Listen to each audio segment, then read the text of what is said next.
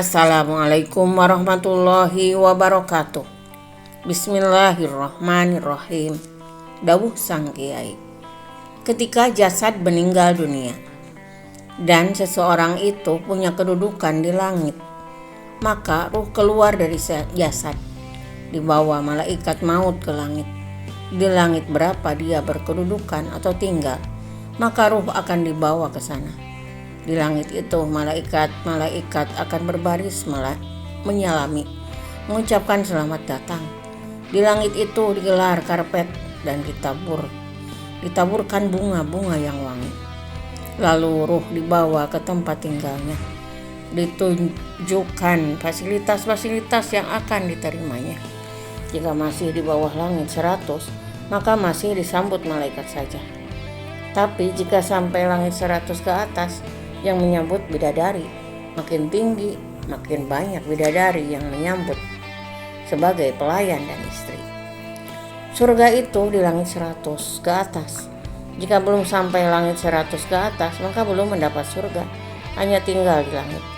Untuk melewati langit 1 sampai 100 itu, manusia harus membelinya dengan amal ibadah yang ikhlas.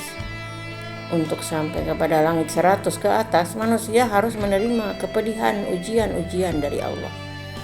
Jadi orang-orang yang langitnya atas atau para penghuni surga itu orang-orang yang sakit didera cobaan dan ujian bertubi-tubi, tapi mereka ridho menerimanya, tak mengeluh dan tak sambat-sambat ke siapa saja.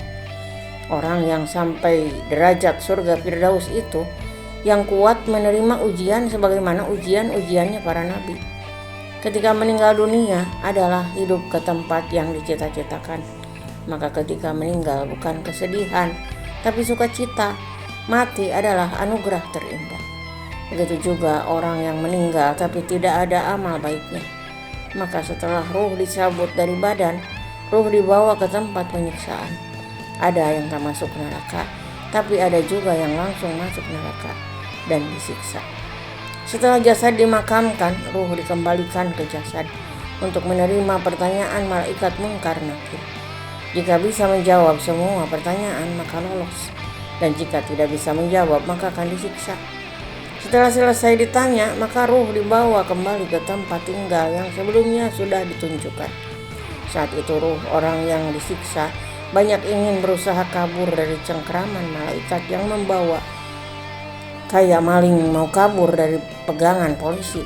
Tapi yang megang malaikat yang kuatnya bisa mengangkat gunung dan kecepatannya bisa lebih cepat dari kilat kala menyambar. Bahagialah orang yang sadar ketika masih hidup dan mempersiapkan bekal sebelum mati. Dan celakalah orang yang lupa, dikira tak mati, ternyata mati datang tanpa pemberitahuan. Begitu saja malaikat maut ambil nyawa tanpa permisi. Mati datang tiba-tiba tanpa rencana. Menyesal juga sudah tak berarti lagi. Ketika itu semua diperlihatkan. Apa yang dikira ternyata kebanyakan sebaliknya dan tiada dinyana. Manusia hidup itu ternyata seperti mimpi. Semua begitu saja seperti pelangi, bisa dilihat tapi tak bisa dipegang dan diraba.